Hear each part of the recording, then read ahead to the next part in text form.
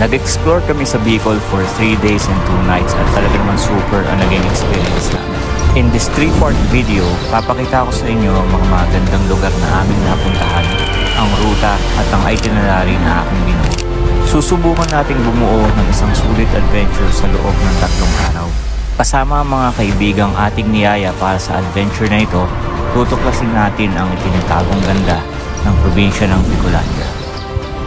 At para sa unang araw ng aming ride adventure, dinayo namin ang probinsya ng Camarines Sur at ang napakagandang lugar na kung tawagin ay Siruma.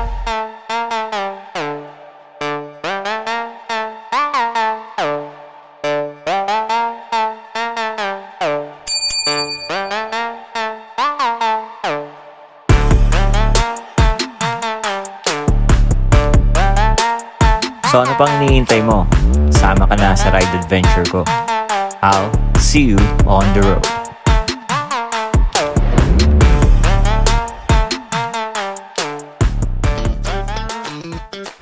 "4 AM na nga nang makaalis kami sa aming lugar. Ang rutang aming tinahak ay Antipolo, tagos sa lahat ng bayan ng Rizal. Medyo nalit na nga kami ng alis dahil nagkaroon kami ng konting aberya. Hanggang sa marating na nga namin ang unang stopover namin sa Lucban Diversion Road.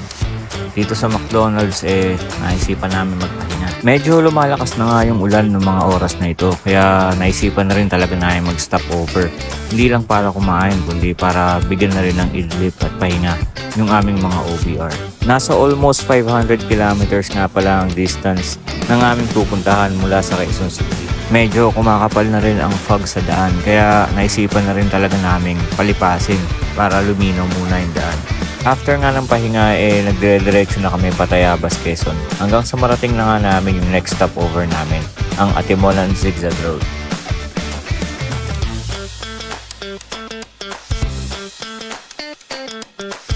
Hindi nga daw makukumpleto ang Bicol experience mo kung hindi ka mag-take ng videos at pictures dito. So syempre sinamantala na rin namin since ilan sa mga kasama ko first time makakadaan dito.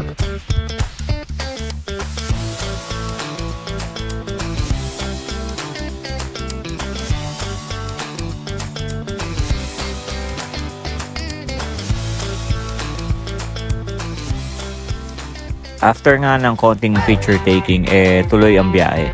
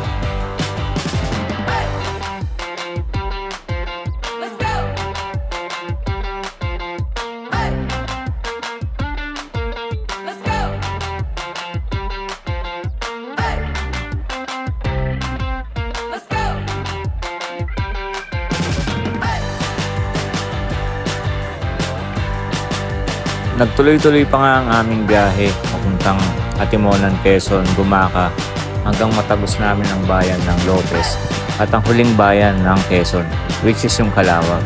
And after mga sa huling bayan ng Quezon, sasalubong na sa iyo ang arko ng Bicolandia.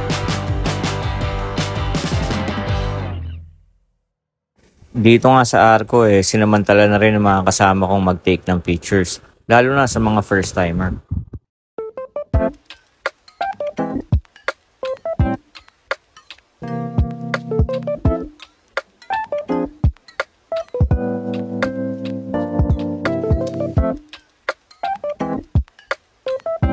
After nga namin makapag-lunch dun sa arko ng Bicolandia, nagtuloy-tuloy na kami papasok ng Camarines Norte. Pero di pa nga masyadong nakakalayo, nakaramdam na naman ng antok ang aming mga OBR. At pag mga ganitong pagkakataon, ang golden rule, humanap ng safe place para paidlipin sila. Ika nga, mas maigi ng sigurado at safe.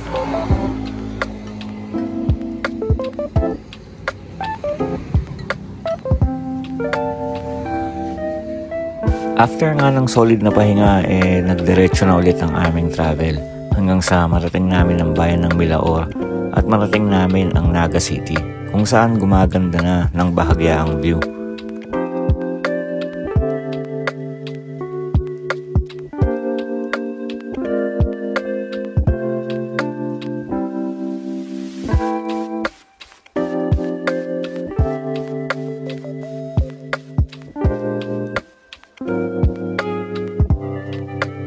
Tuloy ang paglalakbay hanggang sa marating na nga namin ang bayan ng Tinambak dito sa Camarines Sur.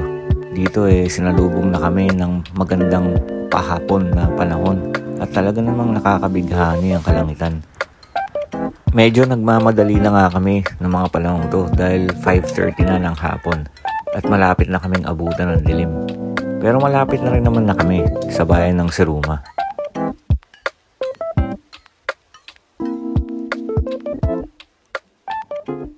5:45 ng hapon nang marating namin ang view deck ng Siruma. Imbis na magdire-diretso kami sa resort namin pupuntahan, napabagal pa ang aming takbo dahil sa sobrang ganda ng sunset dito. Hindi namin matiis na hindi mag-take ng video at hindi namin matiis na enjoyin itong mga ganitong rare na sunset view.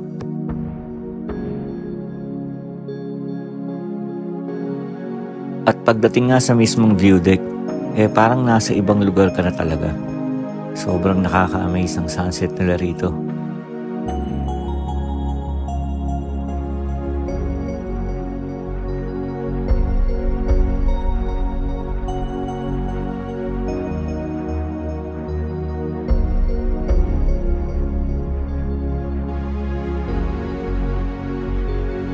Medyo late na nga nang na-realize namin na napasarap nga talaga kami dun sa sunset na yun. At ito na nga, inabutan na kami ng dilim.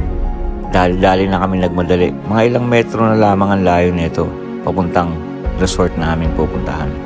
At pagdating doon, dali-dali na kami nagpaluto ng aming kakainin at na makapagpahinga na rin. Kasi bukas, mas mahaba ang araw pero mas maraming enjoyment.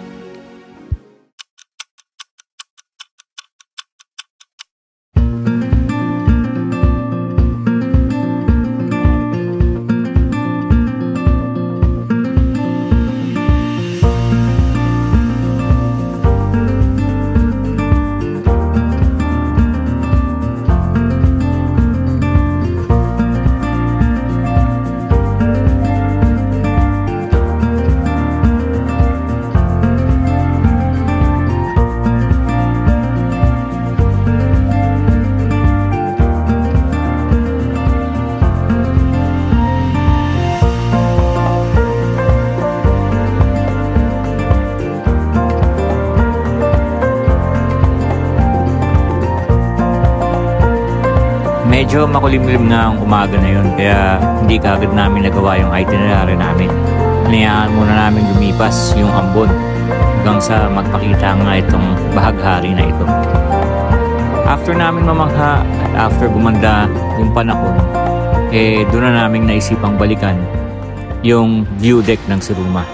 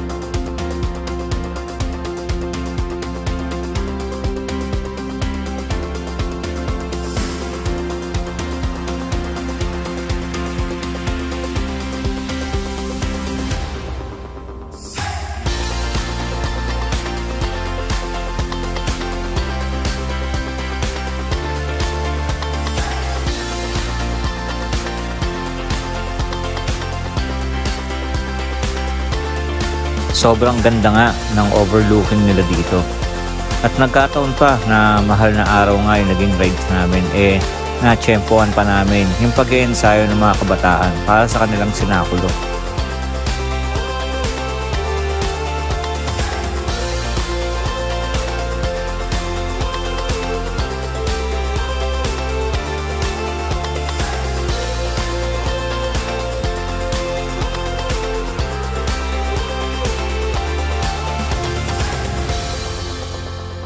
After nga namin ma-enjoy yung kanilang view deck, kailangan na namin bumalik sa resort. Pero naisipan ko na kunan yung daan papunta sa resort kasi nga gabi namin to nadaanan last night. At sobra naman talagang breathtaking ang view na makikita mo rito.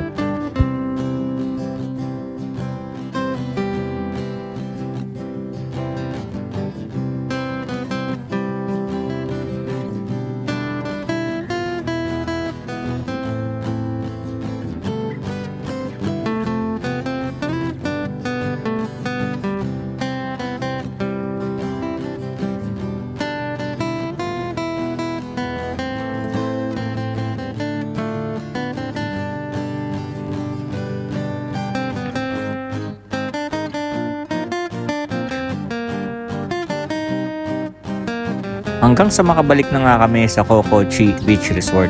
And since hindi ko na ipakita yung itsura nung papunta o entrance ng kanilang resort, nirecord ko na rin para sa inyo guys. Ito nga pala yung entrada ng kanilang resort. Mula dun sa entrance, medyo may konting rough road pero manageable naman. Kahit ng mga sasakyan o kahit ng mga maliliit na motor.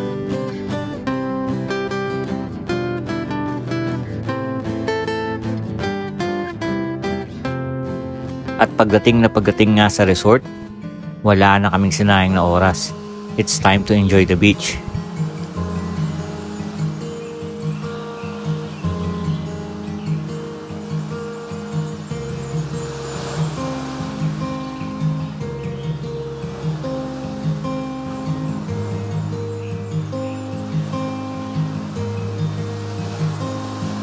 Well, it's not far down to paradise. At least it's not for me. And if the wind is right, you can sail away and find tranquility. Oh, the camps can do miracles. Just you wait and see. Believe me. And it's not far to Never, Never Land. No reason to pretend. And if the wind is right, you can find the joy of innocence again. Oh, the camps can do miracles. Just you wait and see. Believe me.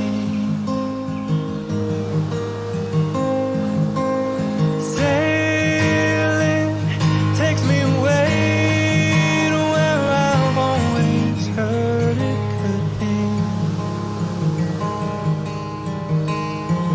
Just a dream in the wind, carry me, and soon I will be free.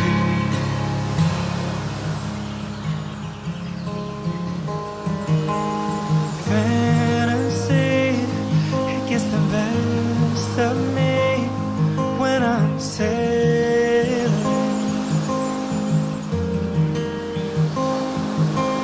I'm all caught up in a reverie. Every word is a symphony. Won't you believe me? Sailing takes me away to where I've always heard it could be. Just a dream in the wind to carry me, and soon I will be free. Tunay ngang napakaganda ng bayan ng Siruma. Isang patikim sa natatanging yaman ng probinsya ng Bicolandia. At nasa day 1 pa lang tayo ng ating Bicol Ride Adventure. Kita-kits tayo muli sa day 2 and day 3. At kung nagustuhan mo naman ang video na ito, can I get a like, comment, and subscribe ka na rin para updated ka sa mga future adventure and rides natin. So paano? Kita-kits! I'll see you on the road. Well, it's not far back to sanity. At least it's not for